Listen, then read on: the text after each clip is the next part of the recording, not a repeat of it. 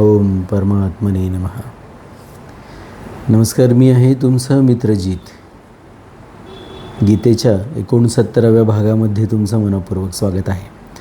अध्याय 2, श्लोक 18. अंतवंत इमे देहा नित्यस्योक्ताः शरीरिणः अनाशिनो अप्रमेयस्य तस्मात् युद्धस्व भारत. अर्थ असा आहे की अविनाशी, जाणण्यात न येणाऱ्या आणि नित्य राहणाऱ्या या शरीरीचे हे देह अंतवाले म्हटले गेले आहेत. म्हणून हे अर्जुन, तू युद्ध कर. भाषांतर असं आहे की ह्या नित्य राहणाऱ्या, जाणता न येणाऱ्या शरीरीची ही शरीरे नाशवंत आहेत. म्हणून हे भारता, युद्ध कर. व्याख्या अशी आहे की अनाशीनः, कोणत्याही काळात कोणत्याही कारणाने कधीही किंचिन मात्रही ज्यात परिवर्तन होत नाही, ज्याचा नाश होत नाही, ज्याची क्षती होत नाही, ज्याचा अभाव होत नाही, त्याचे नाव अनाशी अर्थात अविनाशी असे आहे. अप्रमेयस्य, जो प्रमाणांचा विषय नाही, अर्थात जे अंतःकरणाचा आणि इंद्रियांचा विषय नाही, त्याला अप्रमेय असे म्हणतात. ज्या ठिकाणी अंतःकरण आणि इंद्रिये प्रमाण ठरत नाहीत, त्या ठिकाणी शास्त्र आणि संत महापुरुषच प्रमाण ठरतात. पहा, ज्या ठिकाणी अंतःकरण आणि इंद्रिय प्रमाण ठरत नाहीत, तिथे शास्त्र आणि संत महापुरुष यांच्या खुणेने, जसं ज्ञानेश्वर माऊली म्हणते, ज्ञानद्रव्य म्हणे व्यासांची एक खुणे, अनुभूती ही प्रमाण ठरते. हे समजून घेतलं पाहिजे. आणि जिथे अनुभूतीच प्रमाण आहे त्याला अप्रमेय म्हटलेलं आहे. अनुभूतीशिवाय, प्रत्यक्ष आत्म्याला जाणल्याशिवाय हे जाणता येत नाही. न जाणता येणार आहे याचा अर्थ ते नेणिवेच्या पातळीवरचं आहे. नेणिवेचं पातळीवरचं म्हणजे आत्म्यानीच ते जाणता येतं.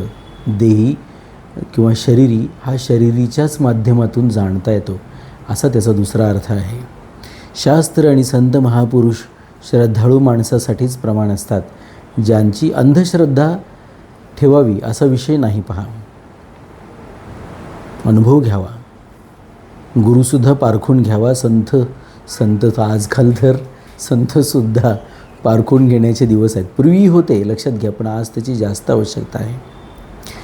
ज्याची ज्या शास्त्र आणि संतावर श्रद्धा असते तो त्याच शास्त्राला आणि संताच्या वचनाला मानतो. म्हणून हे तत्व श्रद्धेचा विषय आहे, प्रमाणांचा विषय नाही. सुरुवातीला तर हे तत्व श्रद्धेचा विषय असते, पण कालांतराने याचा प्रत्यक्ष अनुभव येतो तेव्हा हे श्रद्धेचा विषय राहत नाहीत. हेच खरं आहे. पाहून घ्या, शास्त्र आणि संत आमच्यावर श्रद्धा करा म्हणून कोणालाही बाध्य करत नाहीत. श्रद्धा करण्यात आणि न करण्यात मनुष्य स्वतंत्र आहे. जर तो शास्त्र संतांच्या वचनावर श्रद्धा ठेवील तर हे तत्व त्याच्या श्रद्धेचा विषय आहे, आणि जर त्याने श्रद्धा ठेवली नाही तर हे तत्व त्याच्या श्रद्धेचा विषय नाही. आता एक अनुभूतीचा विषय आहे की अग्नी हा त्यांनी भाजेल त्याला स्पर्श केल्यानंतर. आपण श्रद्धा ठेवतो, दुसऱ्या कुणाला तरी भाजलेलं पाहतो, किंवा आपण थोडाफार आपल्याला खूप त्रास होणार नाही अशा पद्धतीने त्याला स्पर्श करून बघतो, अनुभूती होते. पहा, त्याच्या आधी आपण श्रद्धा ठेवलेली असते अनुभूती होण्यापूर्वी. हा विषय इथे खूपच महत्त्वाचा आहे, हे समजून घेतलं पाहिजे. श्रद्धा ठेवत असताना अशा व्यक्तीवर आपण ती ठेवत असतो की जे आपले हितचिंतक आहेत, आपल्या यथार्थ कल्याणाची त्यांना अभिलाषा आहे याची आपल्याला खात्री असते, तेव्हा आपण श्रद्धा ठेवतो. अन्यथा ती अंधश्रद्धा आहे, लक्षात ठेवलं पाहिजे. आणि त्या श्रद्धेचं रूपांतर पुढेसुद्धा एका ठिकाणी ते म्हणतील, श्रद्धावान लभते ज्ञानम, की ज्ञानाचा लाभ श्रद्धावानाला होतो. म्हणजे ज्या श्रद्धेचा उद्देश ज्ञानाचा लाभ करून घेणं आहे, ती श्रद्धा ही अंधश्रद्धा राहत नाही. लक्षात घ्या, ज्ञानाचा लाभ होतो अनुभूती झाल्यानंतर, त्या प्रत्यक्ष गोष्टीची अनुभूती झाल्यानंतर. एखाद्या ठिकाणाचं खूप वर्णन केले किंवा एखाद्या पदार्थाचं खूप वर्णन केले आणि आता बघ मी तुला तो तसा अमुक तमुक पद्धतीचा लाडू मी तुला खायला घालणार आहे, तो असा आहे तसा आहे, तो असा बनवलेला असतो, त्यात हे हे हे असतं, तो खाल्ल्यावर असं लागतं तसं लागतं. मग आपण श्रद्धा ठेवतो, त्या सांगणाऱ्या व्यक्तीवर विश्वास ठेवतो आणि मग प्रत्यक्ष तो लाडू खातो. आपल्याला अनुभूती येते, त्यांनी जे सांगितले ते सगळं खरं होतं. लाडू खाल्लाच नाही तर श्रद्धेला शून्य किंमत आहे, विश्वासाला शून्य किंमत आहे, हे लक्षात घेतलं पाहिजे. नित्यस्य ही नित्य निरंतर राहणारे आहे. कोण्या काळात हे राहत नाही अशी गोष्ट नाही. अर्थात हे सर्व काळात निरंतर राहत असते. अंतवंत इमे देहा उक्ताहा शरीरिणः. या अविनाशी अप्रमेय आणि नित्य शरीरीची संपूर्ण संसारात जेवढी म्हणून शरीरे आहेत ती सर्व अंत असणारी म्हटली गेली आहेत. पहा, हा शरीरी सर्वगत आहे, त्याची शरीरे सर्वत्र आहेत. याचा अर्थ प्रत्येक शरीरामध्ये हाच शरीरी, हाच आत्मा, सर्वगत आत्मा विद्यमान आहे. अंत असणारे म्हणण्याचे तात्पर्य यांचा क्षणाक्षणाला अंत होत आहे. कोणाचा? त्या शरीरांचा. क्रमाक्रमाने त्यांचा अंत होतो आहे. पहा, हे शरीरसुद्धा झिजत चाललेलं आहे. जन्माला आल्यापासून हीच प्रक्रिया आहे. पहा, यांच्यात अंता वाचून दुसरे काहीच नाही, केवळ अंतच अंत आहे. कालचा क्षण पुन्हा या शरीरामध्ये प्रगट होणार नाही. कालचंच शरीर, मघाचं शरीर, हा व्हिडिओ चालू करण्याच्या वेळचं शरीर आत्ता पुन्हा उपलब्ध होऊ शकत नाही. ते संपलं. पहा, त्या काळासोबत. उपर्युक्त पदात शरीरीसाठी तर एक वचन दिले आहे आणि शरीरासाठी अनेक वचन दिले आहे. याचे एक कारण हे आहे की प्रत्येक जीवाचे स्थूल, सूक्ष्म आणि कारण ही 3 शरीरे असतात. दुसरे कारण असे आहे की संसाराच्या संपूर्ण शरीरात एकच शरीरी व्याप्त आहे. पुढे 24व्या श्लोकात सुद्धा याला सर्वगतः पदाने सर्वात व्यापक सांगितले. म्हणजे ते सांगतील पुढे. तो सर्वगत आहे, तो सर्वांच्यामध्ये व्यापून आहे. पहा, आणि दुसऱ्या बाजूला सर्वसुद्धा त्याच्यात व्यापून आहेत. तो आणखीन वेगळा विषय आहे त्याच्यामध्ये, ते आपण नंतर पाहू. हा शरीरी तर अविनाशी आहे आणि याची म्हणवली जाणारी संपूर्ण शरीरे नाशवान आहेत. जसे अविनाशीचा कुणी विनाश करू शकत नाही, तसे नाशवानाला कुणी अविनाशी बनवू शकत नाही. नाशवानाचं तर विनाशीपणच नित्य राहिला, अर्थात त्याचा नाश होणारच. पहा, या ठिकाणी आपल्याला ही गोष्ट लक्षात यायला हवी की सत आणि असतचा इथे वेगळ्या वेगळ्या पद्धतीने उल्लेख केलेला आहे. आता इथे सतबद्दल सांगतात. सत जे आहे त्या सतचा विनाश करता येत नाही. त्याला कुणीच अविनाशी बनवू शकत नाही, त्याला कुणीच विनाशी बनवू शकत नाही. त्याचा अंत करणं अशक्यप्राय आहे. दुसरी गोष्ट अशी आहे की जे अविनाशी आहे, असत आहे, ते मात्र सातत्याने परिवर्तित होत राहतं, ते रूप बदलत राहतं. पहा, आणि त्याचा विनाश हा सातत्याने होत राहतो. त्याला अविनाशी बनवणं हे कठीण आहे. त्यातलं मूळ जे तत्त्व आहे ते सतच आहे असतमधलं, तेही आपण मागच्या एका भागामध्ये पाहिलेलं आहे. विशेष गोष्ट अशी आहे की या ठिकाणी अंतवंत इमे देहा म्हणण्याचे तात्पर्य हे जे देह दिसतात ते सर्वचे सर्व नाशवान आहेत. पण हे देह कोणाचे आहेत? नित्यस्य अनाशिनः. हे देह नित्याचे आहेत, तो नित्य आहे. पहा, आणि ज्याचा कधी नाश होत नाही त्या अविनाशीचे आहेत. हे देह मात्र हे त्या अविनाशी तत्वाचे आहेत. देह लक्षात घ्या. तात्पर्य त्या नित्य तत्वाने त्यांना आपले मानून घेतले आहे. आपले मानण्याचा अर्थ असा आहे की आपल्याला शरीरात ठेवले आणि शरीराला आपल्यात ठेवले. तर आपल्याला शरीरात ठेवलेले अहंता अर्थात मीपणा उत्पन्न झाला आणि शरीराला आपल्यात ठेवण्याने ममता अर्थात माझेपणा उत्पन्न झाला. आता इथे आपल्या लक्षात येईल की आपल्याला आध्यात्मिकदृष्ट्या ममता, आपण बऱ्याचदा आईची माया ह्या अर्थाने ममता शब्द वापरतो. परंतु मम म्हणण्याची जी क्रिया आहे, मम म्हणण्याचा जो भाव आहे, त्या भावाला इथे ममता म्हणजे माझेपणा असं म्हटलेलं आहे. पहा, आणि अहमता म्हणजे मीपणा, हा याच्यामध्ये मीपणाला म्हटलेला आहे अहमता.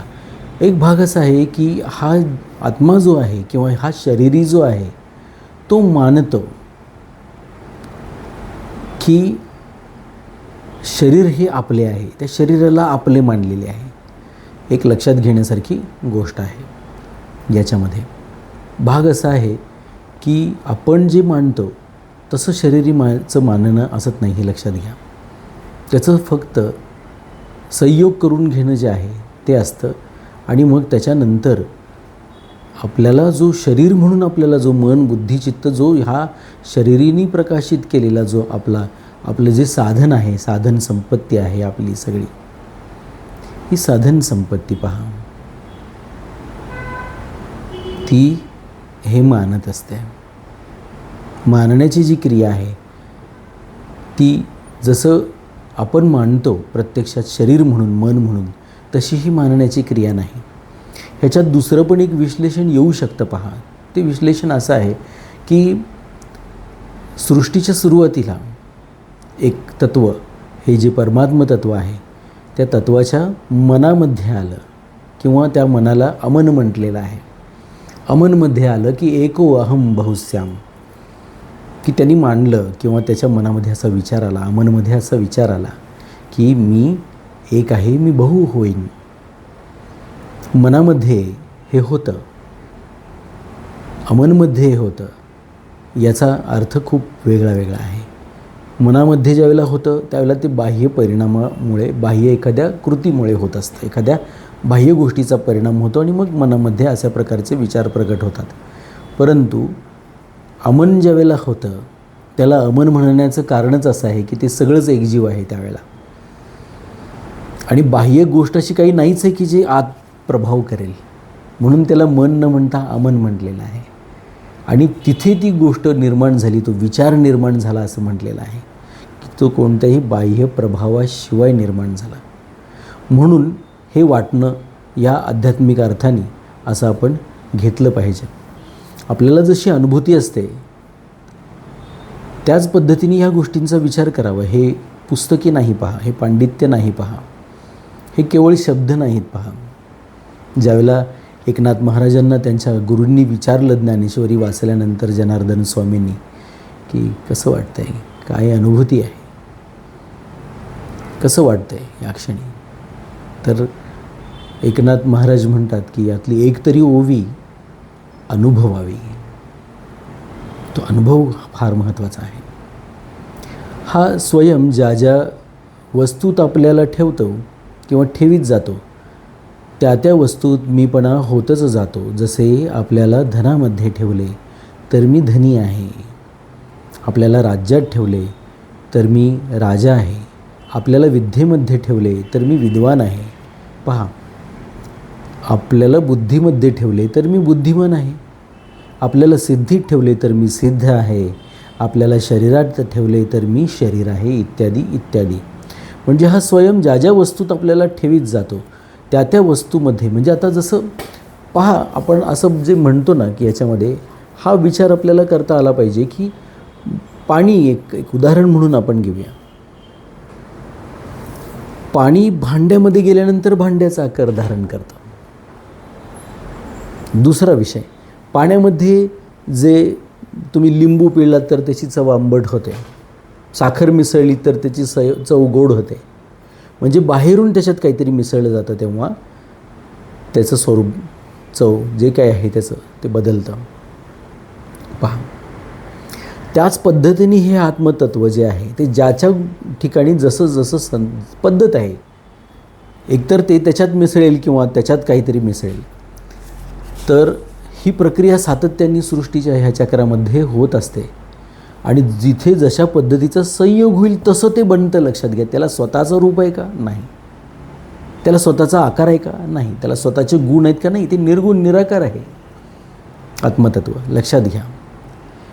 म्हणून ते कशात तरी मिसळेल किंवा त्याच्यात काहीतरी मिसळेल, ते कोणाच्या तरी संयोगात संपर्कात येईल किंवा कुणीतरी काहीतरी त्याच्या संपर्कात येईल.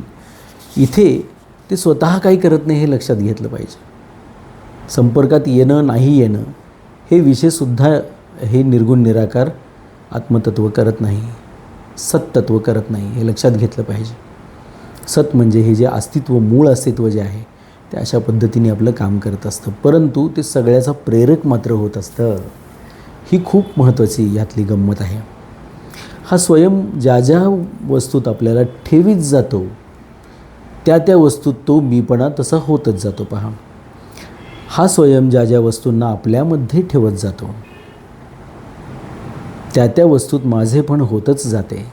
जसे कुटुंबाला आपल्यात ठेवले तर कुटुंब माझे आहे, धनाला आपल्यात ठेवले तर धन माझे आहे, बुद्धीला आपल्यात ठेवले तर बुद्धी माझी आहे, आणि शरीराला आपल्यात ठेवले तर शरीर माझे आहे, इत्यादी इत्यादी.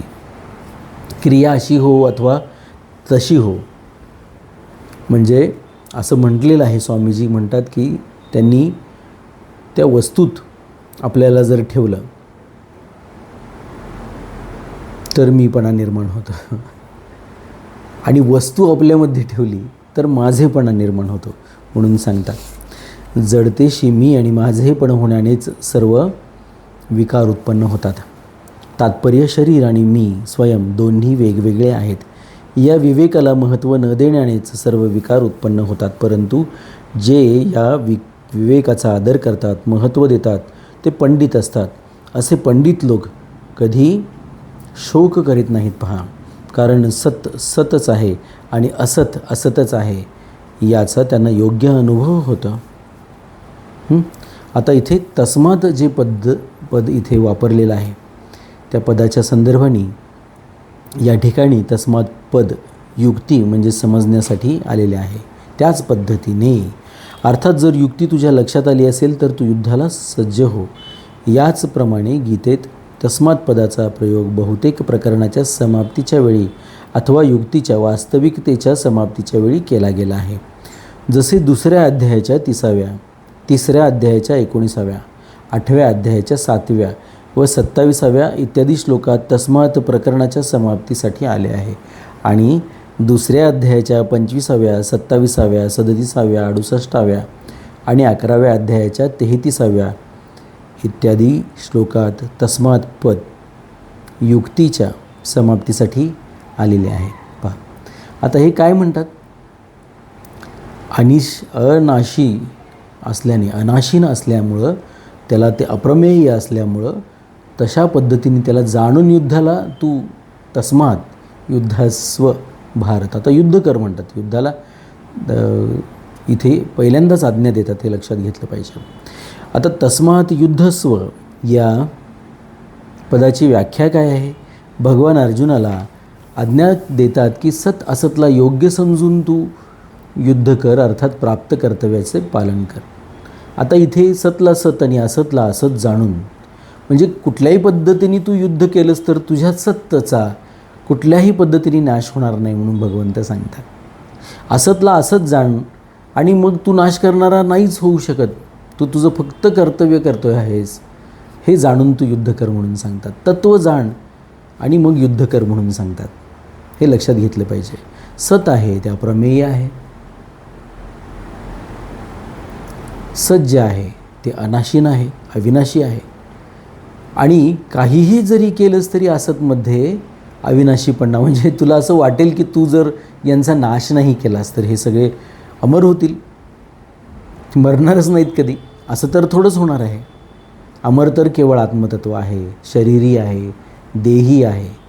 तर अशा परिस्थितीमध्ये हे असं व्यवस्थित तू जाण आणि युद्ध, तस्मात युद्धस्व म्हणून सांगतात, तू युद्ध कर म्हणून सांगतात. आता कारण अर्जुनाची प्रतिज्ञा आहे की मी युद्ध करणार नाही. पहा, तो म्हणतो की मी युद्ध करणार नाही. तात्पर्य, शरीर तर अंत असणारे आहे आणि शरीरी अविनाशी आहे. या दोन्ही शरीरीच्या दृष्टीने शोक होऊच शकत नाही, म्हणून शोकाचा त्याग करून युद्ध कर. विशेष गोष्ट अशी आहे की येथे 17व्या 18व्या या 2 श्लोकात विशेषतेने सत्तत्वाचे विवेचन आले आहे. कारण या पूर्ण प्रकरणात भगवंताचे लक्ष सतचा बोध करविण्यात आहे. सतचा बोध झाल्यास असतपासून निवृत्ती सहज होते. मग कोणत्याही प्रकारचा किंचित मात्रसुद्धा संदेह राहत नाही. अशा प्रकारे सतचा अनुभव करून निसंशय होऊन कर्तव्याचे पालन करावे. या विवेचनाने ही गोष्ट सिद्ध होते की सांख्ययोग आणि कर्मयोगात कोणत्याही विशेष वर्ण आश्रमाची आवश्यकता नाही. आपल्या कल्याणासाठी मग सांख्ययोगाचे अनुष्ठान करा की कर्मयोगाचे अनुष्ठान करा, यात मनुष्याची पूर्ण स्वतंत्रता आहे, परंतु व्यावहारिक काम करण्यात वर्ण आणि आश्रमानुसार शास्त्रीय विधानाची अत्यंत आवश्यकता आहे. पहा, म्हणून तर येथे सांख्ययोगानुसार सत असतचे विवेचन करून भगवान युद्ध करण्याची अर्थात कर्तव्य कर्म करण्याची आज्ञा देत आहेत. विषय हा आहे की तुमचं यथार्थ कल्याण शास्त्रविहित कर्म करण्यात आहे. शास्त्रविहित याचा अर्थ वैज्ञानिक. वैज्ञानिकचा अर्थ जे सत्यला धरून आहे ते असतला अविनाशी आहे अशी गोष्ट. आता पहा, अर्जुनाचा पराक्रम आपल्याला आजसुद्धा माहिती आहे, त्याचा विसर नाही पडत आपल्याला. महाभारताचं युद्ध ज्या पद्धतीने अर्जुन लढला, कोणत्याही दिव्यास्त्रांचा प्रयोग न करता भगवंताला वचन दिलं होतं त्यांनी. एकदा शेवटी अश्वत्थाम्याने चालवल्यामुळे ते पण युद्ध संपल्यानंतर ब्रह्मास्त्राचा प्रयोग केला होता, ते मागेही घेतलं ब्रह्मास्त्र. कुठल्याही प्रकारच्या अस्त्राचा दिव्यास्त्रांचा प्रयोग नाही केलेला अर्जुनाने, आणि तरीही तो हे युद्ध जिंकलेला आहे. आणि असा लक्षात घ्या, या अर्जुनाला जे कर्म प्राप्त आहे विज्ञानानुसार शास्त्रानुसार सत म्हणून, ते कर्म त्यांनी करणं आवश्यक होतं. त्यांनी ते कर्तव्य कर्म पार पाडलेलं आहे. आपल्या मनामध्ये एक ही गोष्ट असू नये. बऱ्याचदा आपल्याला असं वाटतं की मग हे करायचं कशाला. मूळ विषय आपल्याला पुढे कर्मसन्यास योगामध्ये, कर्मयोग तर आपण शिकणार आहोत, सांख्ययोग आधी शिकणार आहोत. या दुसऱ्या अध्यायाचं नाव जरी कर्मयोग असलं तरी सुरुवातीला सांख्ययोग सांगतील आणि मग त्यातून कर्मयोगाला सुरुवात करतील. कर्माचा संन्यास आपल्याला घेताच येत नाही. पहा, कुठल्याही एका क्षणी आपण कर्म न करता राहू शकत नाही. झोपणं हा सुद्धा काम आहे, समाधी घेणे हे सुद्धा कर्म आहे, ध्यान करणे हे सुद्धा कर्म आहे.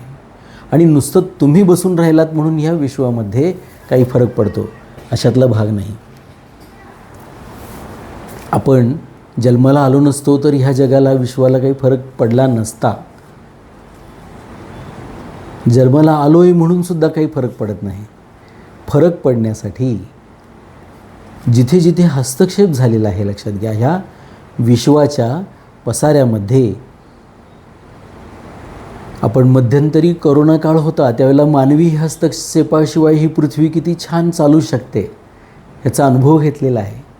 ज्या ज्या ठिकाणी मानवी हस्तक्षेप झालेला आहे, कचरा केलेला आहे तिथे माणसाने, मूळ जे सृष्टीचं चक्र जर बिघडवायचं काम कोणी केलेलं असेल तर ते माणसाने केलेलं आहे. ते पूर्वपद त्याचं प्राप्त त्याला करून देण्यासाठी सज्जनांना काम करावं लागतं, कर्म करावं लागतं. तीच धर्म संस्थापन आहे. धर्म सनातन जर आहे तर तो त्याची मूळ परिस्थिती जी आहे ती बिघडवायचं काम कोणीतरी करत असतं. म्हणून पुढेही म्हटले की ग्लानिर्भवती भारत अभ्युत्थानम धर्मस्य. ज्यावेळेला ग्लानी येईल म्हणतात त्यावेळेला म्हणजे काही अनावश्यक गोष्टी, जशा एखाद्या झाडावर बांडगुळ वाढतं काढून टाकावं लागतं, शेतामध्ये तण वाढतं काढून टाकावं लागतं.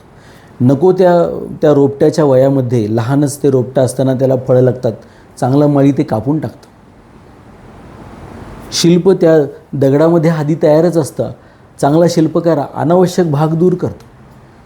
हे अनावश्यक दूर करण्यासाठी कर्म हे करावंच लागतं, हे लक्षात घ्या. अनावश्यक वाढू नये म्हणूनही कर्म करावं लागतं.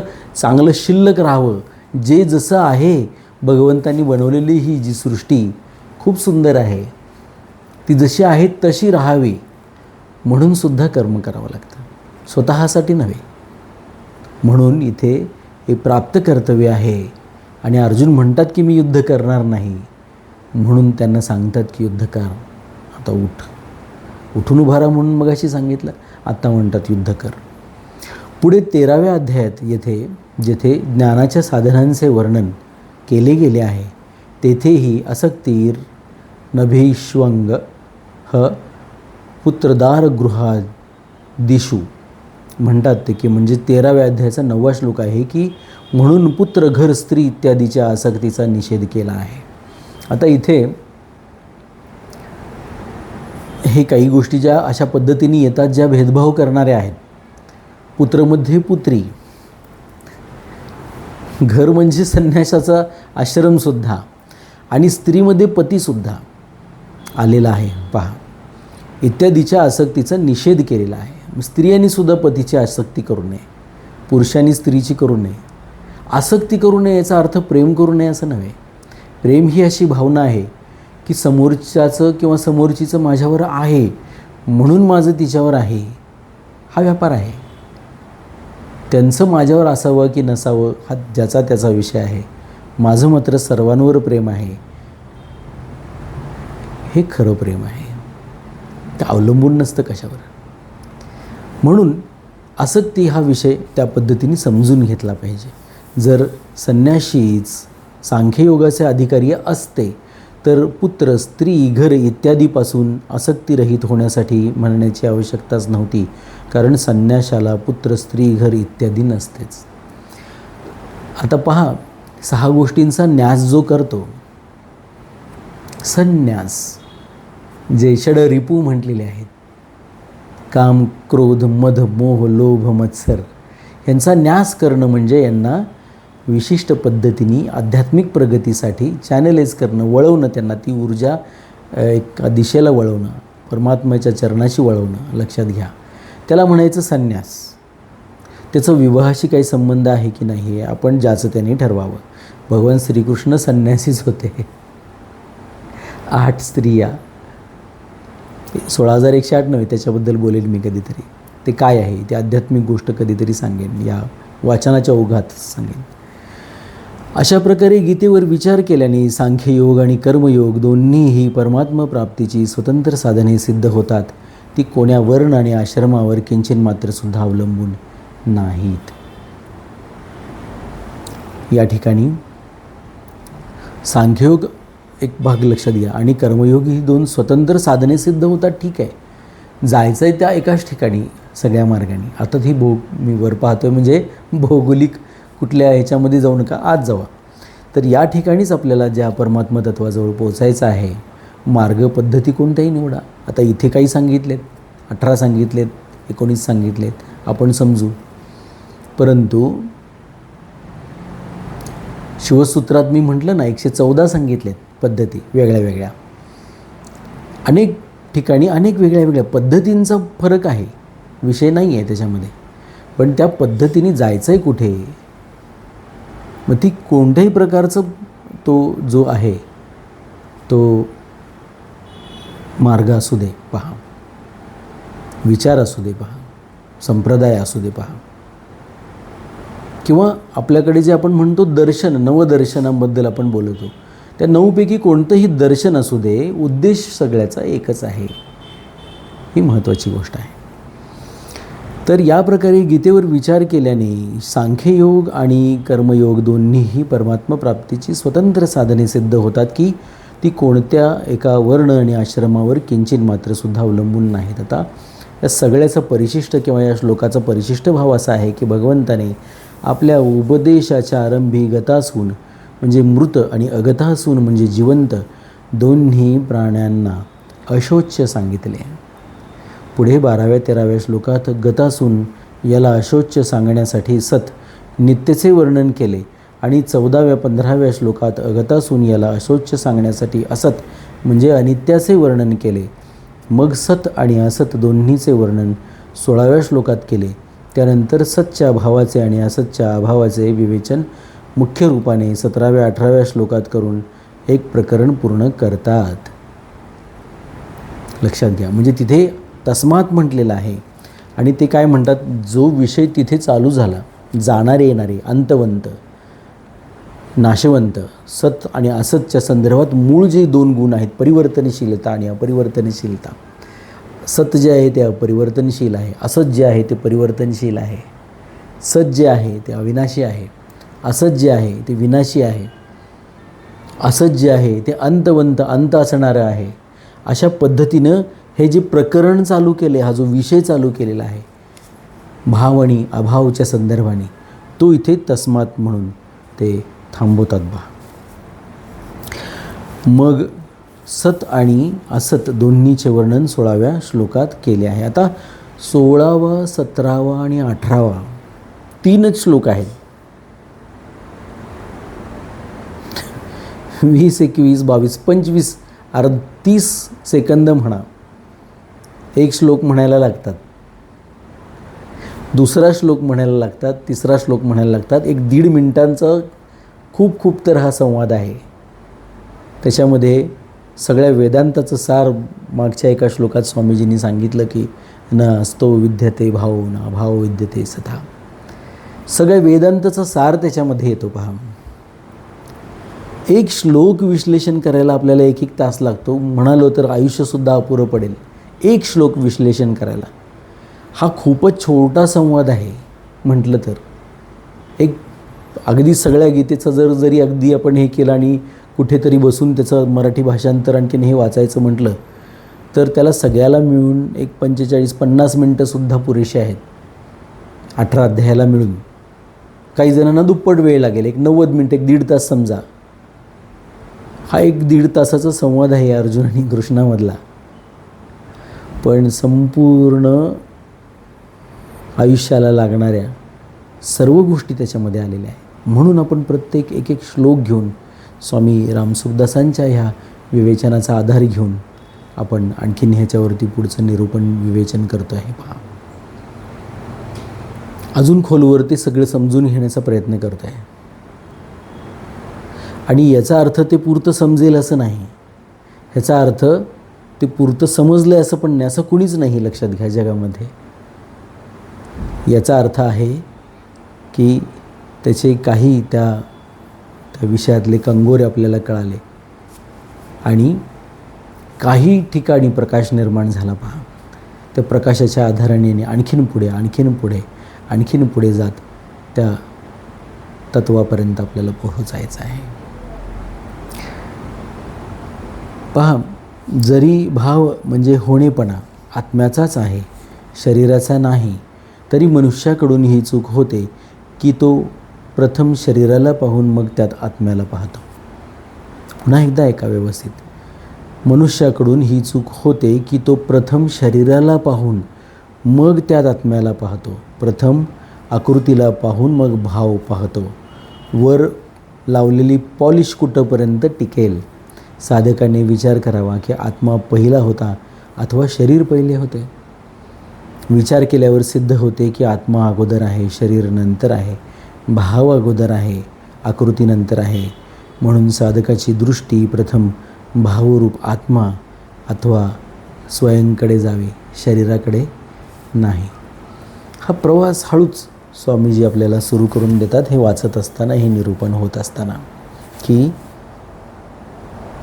आत्म्याला पाहायला सुरुवात करा. शरीराला नाकारणं नाही आहे इथे, लक्षात घ्या. शरीराच्या माध्यमातून आपण आत्म्याला पाहत होतो. आता आत्म्याला पाहायला लागल्यानंतर आपल्या लक्षात येईल की शरीरच नव्हे तर जगातल्या जाणलेल्या आणि नाही जाणलेल्या अशा सगळ्याच वस्तूंचा प्रकाशक आत्मा आहे, जीवांचा प्रकाशक आत्मा आहे. तो केवळ फक्त तुमच्या शरीराचा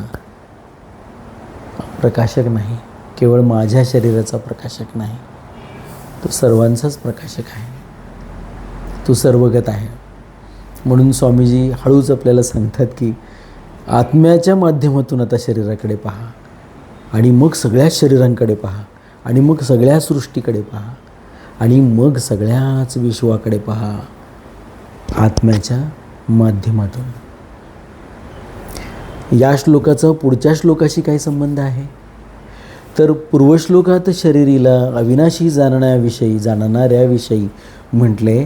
आता तीच गोष्ट अन्वय म्हणजे व्यतिरेक पद्धतीने दृढ करण्यासाठी जे शरीरीला अविनाशी जाणत नाहीत त्यांच्याविषयी पुढील श्लोकात ते सांगत आहेत. पहा, जे शरीरीला अविनाशी म्हणून जाणत नाहीत, आत्म्याला अविनाशी म्हणून जाणत नाहीत. खूप लोक आहेत, नास्तिक लोकांचं सुद्धा प्रमाण खूप आहे. काही लोक आत्म्याला मानतच नाहीत, काही लोक आत्म्याला मानतात पण त्याला अविनाशी मानत नाहीत. त्यांच्याविषयी इथे हजारो वर्षांमागे लक्षात घ्या, या गोष्टी अभ्यासाशिवाय आणि वैज्ञानिक आपल्याकडे वातावरण असल्याशिवाय हे शक्य नाही. पहा, ज्ञान निर्माण होतं अभ्यासातून, वैराग्यातून. मनाला सुद्धा वश करण्याचे हेच 2 उपाय सांगितलेत पुढे. पहा, जाऊया पुढच्या भागाकडे. ओम परमात्मने नमः.